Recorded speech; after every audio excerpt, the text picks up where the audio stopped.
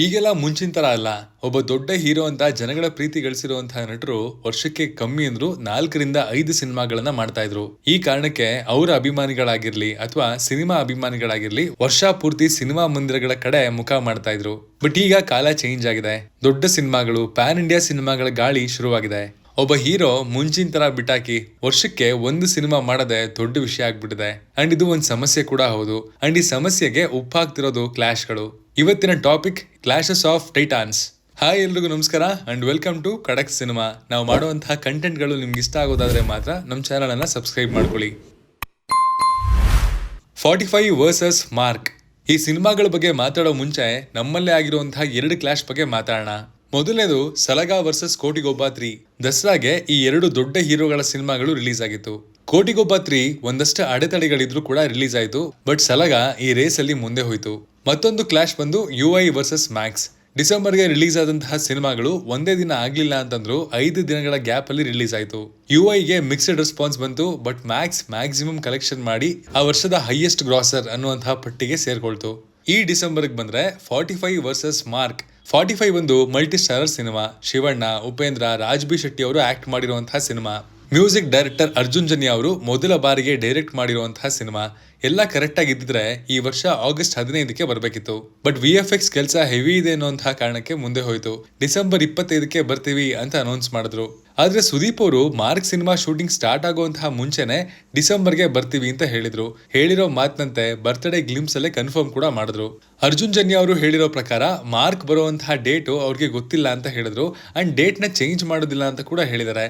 So 2 ಸಿನಿಮಾಗಳು ಒಟ್ಟಿಗೆ ಬರೋದು ಫಿಕ್ಸ್ ಆಗಿದೆ. ಕೆಲವ್ರು ಹೇಳ್ಬೋದು ಇದನ್ನ ಕ್ಲಾಶ್ ಅಂತ ನೋಡೋ ಬದಲು ಸೆಲೆಬ್ರೇಷನ್ ಅಂತ ನೋಡ್ಬೋದಲ್ವಾ ಅಂತ.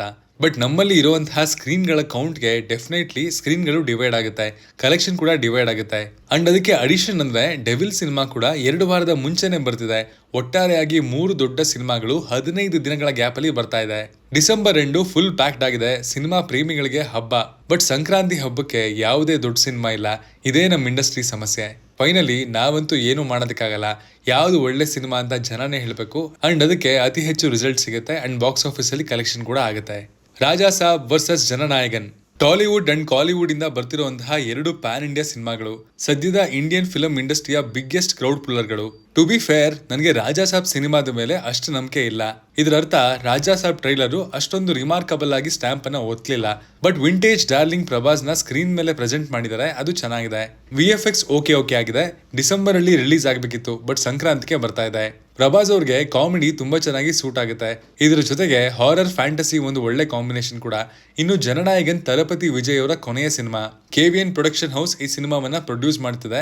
ಇದು ವಿಜಯ್ ಅವರ ಕೊನೆ ಸಿನಿಮಾ ಅನ್ನುವಂತಹ ರೀಸನ್ಗೆನೆ ಸಖತ್ ಎಕ್ಸ್ಪೆಕ್ಟೇಷನ್ ಇರುವಂತಹ ಸಿನಿಮಾ ಇದು. ಈ 2 ಸಿನಿಮಾಗಳು ತಮ್ಮ ರೆಸ್ಪೆಕ್ಟಿವ್ ಸ್ಟೇಟ್ ಅಲ್ಲಿ ಡಾಮಿನೇಟ್ ಮಾಡುತ್ತೆ. ಬಟ್ ಬೇರೆ ಕಡೆ ಯಾವ ತರ ಪರ್ಫಾರ್ಮ್ ಮಾಡುತ್ತೆ ಅಂತ ಕಾದ್ ನೋಡ್ಬೇಕು. ಟಾಲಿವುಡ್ ಅಲ್ಲಿ ರಾಜಾ ಸಾಬ್ ಜೊತೆಗೆ ಅನಿಲ್ ರವಿಪುಡಿ ಅಂಡ್ ಚಿರಂಜೀವಿ ಅವರ ಮನಶಂಕರ ವರಪ್ರಸಾದ ಗಾರು ಅಂಡ್ ನವೀನ್ ಪೋಲಿ ಶೆಟ್ಟಿ ಅವರ ಅನಗನಗ ಒಕ ರಾಜು ಕೂಡ ಟಾಲಿವುಡ್ ಅಲ್ಲಿ ರಿಲೀಸ್ ಆಗ್ತಿದೆ. ಯಾವ ಸಿನಿಮಾ ಕಮಾಲ್ ಮಾಡುತ್ತೆ ಕಾದ್ ನೋಡ್ಬೇಕು. ಪೆದ್ದಿ ವರ್ಸಸ್ ಟಾಕ್ಸಿಕ್ ವರ್ಸಸ್ ಪ್ಯಾರಡೈಸ್. ಇದು ಮುಂದಿನ ವರ್ಷದ ಬಿಗ್ಗೆಸ್ಟ್ ಕ್ಲಾಶ್ ಅಂತ ಯಾವುದೇ ಡೌಟ್ ಇಲ್ಲದೆ ಹೇಳ್ಬೋದು. ಈ ವರ್ಷ ಆಗಸ್ಟ್ 15ಕ್ಕೆ ಕೂಲಿ ಮತ್ತೆ ವಾರ್ 2 ಮಧ್ಯ ಕ್ಲಾಶ್ ಆಯ್ತು. ಬಟ್ 2 ಸಿನಿಮಾಗಳು ನಿರಾಶೆಯನ್ನ ಮಾಡ್ತು. 3 ಕ್ರೆಡಿಬಿಲಿಟಿ ಇರುವಂತಹ ಫಿಲಮ್ ಹೀರೋಗಳು ಸೇರಿ ಒಳ್ಳೆ ಸಿನಿಮಾ ಕೊಡ್ತಾರೆ ಅನ್ನುವಂತಹ ಭರವಸೆ ಬೆಟ್ಟದಷ್ಟಿದೆ. ಮೊದಲನೇದು ನಮ್ಮ ಹೆಮ್ಮೆಯ ಟಾಕ್ಸಿಕ್. KGF 2 ಆದ್ಮೇಲೆ ಬರ್ತಿರುವಂತಹ ರಾಕಿಂಗ್ ಸ್ಟಾರ್ ಯಶ್ ಅವರ ಸಿನಿಮಾ. ನಮ್ಗೆ ಸಿಕ್ಕಿರೋ ಪ್ರತಿ ಅಪ್ಡೇಟ್ ಕೂಡ ಎಕ್ಸೈಟ್ ಮಾಡ್ತಿದೆ. ಸಿನಿಮಾ ಕನ್ನಡ, ಇಂಗ್ಲಿಷ್ ಎರಡರಲ್ಲೂ ಶೂಟ್ ಆಗ್ತಿದೆ. 45 ದಿನಗಳ ಆಕ್ಷನ್ ಸೀಕ್ವೆನ್ಸ್ ಮುಗ್ದಿದೆ. ತಕ್ಷಣ ಯಶ್ ಅವರು ಕೊಲಾಬ್ರೇಷನ್ಗೋಸ್ಕರ ಅಬ್ರಾಡ್ಗೆ ಹೋಗಿದ್ರು. ಈ ತಿಂಗಳಿಂದ ಬೆಂಗಳೂರಲ್ಲೇ ಫೈನಲ್ ಶೆಡ್ಯೂಲ್ ಶೂಟಿಂಗ್ ಕೂಡ ಆಗ್ತಿದೆ. VFX ಸೈಮಲ್ಟೇನಿಯಸ್ಲಿ ಆಗ್ತಿದೆ. ಒಟ್ಟಾರೆಯಾಗಿ ನಮ್ಮ ಕನ್ನಡ ಇಂಡಸ್ಟ್ರಿಯಿಂದ ಒಂದು ಹಾಲಿವುಡ್ ಸಿನಿಮಾ ನೋಡೋದಕ್ಕೆ ಕಾಯ್ತಾ ಇದೀವಿ. ನೆಕ್ಸ್ಟ್ ಸಿನಿಮಾ ನಾನಿ ಅವರ ಪ್ಯಾರಡೈಸ್. ನನ್ನ ಪ್ರಕಾರ ನಾನಿ ಇಂಡಿಯನ್ ಫಿಲಂ ಇಂಡಸ್ಟ್ರಿಯಲ್ಲಿ ಸ್ಕ್ರಿಪ್ಟ್ ಸೆಲೆಕ್ಷನ್, ಡೈರೆಕ್ಟರ್ ಸೆಲೆಕ್ಷನ್ ಅನ್ನುವಂತಹ ಮಾತು ಬಂದ್ರೆ ಟಾಪ್ ಅಲ್ಲಿ ನಿಲ್ತಾರೆ. ಹೊಸ ಡೈರೆಕ್ಟರ್, ಹಳೆ ಡೈರೆಕ್ಟರ್ ಅನ್ನುವಂತಹ ಯಾವ ಪರ್ಸ್ಪೆಕ್ಟಿವ್ ಇಂದ ಕೂಡ ಅವರು ನೋಡಲ್ಲ. ದಸರಾ ಡೈರೆಕ್ಟ್ ಮಾಡಿರುವಂತಹ ಶ್ರೀಕಾಂತ್ ಅವರ ಜೊತೆಗೆ ಈ ಸಿನಿಮಾ ಮಾಡ್ತಾ ಇದ್ದಾರೆ. ನಾನಿ ಅವರ ಲುಕ್ ಚೇಂಜ್ ಆಗಿದೆ, ಅಪಿಯರೆನ್ಸ್ ಚೇಂಜ್ ಆಗಿದೆ. ನಾನಿ ಅವರು ಹೇಳೋ ಪ್ರಕಾರ ಈ ಸಿನಿಮಾ ಒಂದು ಕ್ರೇಜಿ ವರ್ಲ್ಡ್ ಅಂಡ್ ಒಂದು ಥಿಯೇಟರ್ ಕಾನ್ಸರ್ಟ್ ತರ ಫೀಲ್ ಆಗೋ ರೀತಿ ಇರುತ್ತೆ. ಅಂಡ್ ಅದು ಗ್ಲಿಮ್ಸ್ ಅಂಡ್ ಮೇಕಿಂಗ್ ವಿಡಿಯೋದಲ್ಲೇ ಗೊತ್ತಾಗುತ್ತೆ. ಲೆಟ್ಸ್ ಸಿ ನಾನಿ ಅವರು ಈ ಸರಿ ನಮ್ಗೆ ಏನ್ ಕೊಡ್ತಾರೆ. ಅಂಡ್ ಆಗ್ಲೇ ಪ್ರಮೋಷನ್ ಗಾಗಿ ಬೇರೆ ಬೇರೆ ದೇಶದ ಕಂಪನಿಗಳ ಜೊತೆಗೆ ಸೇರ್ಕೊಂಡಿದ್ದಾರೆ. ಮುಂದಿನ ಸಿನಿಮಾ ರಾಮ್ ಚರಣ್ ಅಂಡ್ ಬುಚ್ಚಿ ಬಾಬು ಅವರ ಕಾಂಬಿನೇಷನ್ ಅಲ್ಲಿ ಬರ್ತಿರುವಂತಹ ಸಿನಿಮಾ ಪೆದ್ದಿ. ಈ ಸಿನಿಮಾದಲ್ಲಿ ನಮ್ಮ ಶಿವಣ್ಣ ಅವರು ಕೂಡ ಒಂದು ಡಿಫ್ರೆಂಟ್ ರೋಲ್ ಅಲ್ಲಿ ಕಾಣಿಸ್ಕೊಳ್ತಾರೆ ಅನ್ನುವಂತಹ ಸುದ್ದಿ ಕೂಡ ಇದೆ. ಬಿಟ್ಟಿರೋ ಟೀಸರ್ ನೋಡಿದ್ರೆ ರಂಗಸ್ಥಳಂ ಫೀಲ್ ಬರ್ತಿದೆ. ಒಂದು ರೂರಲ್ ಬ್ಯಾಕ್ ಡ್ರಾಪ್ ಅಲ್ಲಿ ಸೆಟ್ ಆಗಿರುವಂತಹ ಒಂದು ಕತೆ ಅಂತ ಗೊತ್ತಾಗುತ್ತೆ. ನೋಡೋಣ ಇದು ಇನ್ನೊಂದು ರಂಗಸ್ಥಳಂ ಆಗುತ್ತಾ ಅಂತ. ಬುಚ್ಚಿ ಬಾಬು ಅವರ ಉಪ್ಪಿನ ಸಿನಿಮಾ ಚೆನ್ನಾಗಿತ್ತು. ಮೈನ್ ಸ್ಟ್ರೀಮ್ ಸಿನಿಮಾ ಆದ್ರೂ ಅದರಲ್ಲಿ ಅವರ ಸೆನ್ಸಿಬಲ್ ರೈಟಿಂಗ್ ಗೆ ಅಪ್ರಿಸಿಯೇಷನ್ ಕೂಡ ಸಿಕ್ಕಿತ್ತು. ಒಟ್ಟಾರೆಯಾಗಿ ಮುಂದಿನ ವರ್ಷ ಮಾರ್ಚ್ ಅಲ್ಲಿ IPL ಶುರುವಾಗೋಕ್ಕೂ ಮುಂಚೆನೆ ಈ ಸಿನಿಮಾಗಳು ಯಾವ ರೀತಿ ಕಪ್ ಗೆಲ್ಲುತ್ತೆ ಅಂತ ಕಾದ್ ನೋಡ್ಬೇಕು. ಒಳ್ಳೆ ಸಿನಿಮಾಗಳ ಸಂಖ್ಯೆ ಕಮ್ಮಿ ಆಗ್ತಿರುವಂತಹ ಈ ಟೈಮಲ್ಲಿ ಕ್ಲಾಶ್ ಗಳಿಂದ ಬಿಸ್ನೆಸ್ ಹೊಡ್ತಾ ತಿನ್ನುತ್ತೆ. ಅಂಡ್ ನಾನು ಪರ್ಸನಲಿ ಕ್ಲಾಶ್ ಗಳ ದೊಡ್ಡ ಫ್ಯಾನ್ ಏನಲ್ಲ.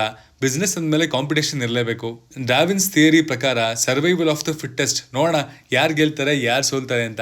ಕ್ಲಾಶ್ ಗಳ ಬಗ್ಗೆ ಇದಾಗಿತ್ತು ನಮ್ಮ ಅಭಿಪ್ರಾಯ. ಕ್ಲಾಶ್ ಅಂತ ಬಂದ ತಕ್ಷಣ ನಿಮ್ಮ ತಲೆಗೆ ಏನ್ ಬರುತ್ತೆ ಅಂಡ್ ನಿಮ್ಮ ಅಭಿಪ್ರಾಯ ಏನು ಅನ್ನೋದನ್ನ ಕೂಡ ಕಮೆಂಟ್ ಮಾಡಿ ತಿಳಿಸಿ. Signing off, Manu.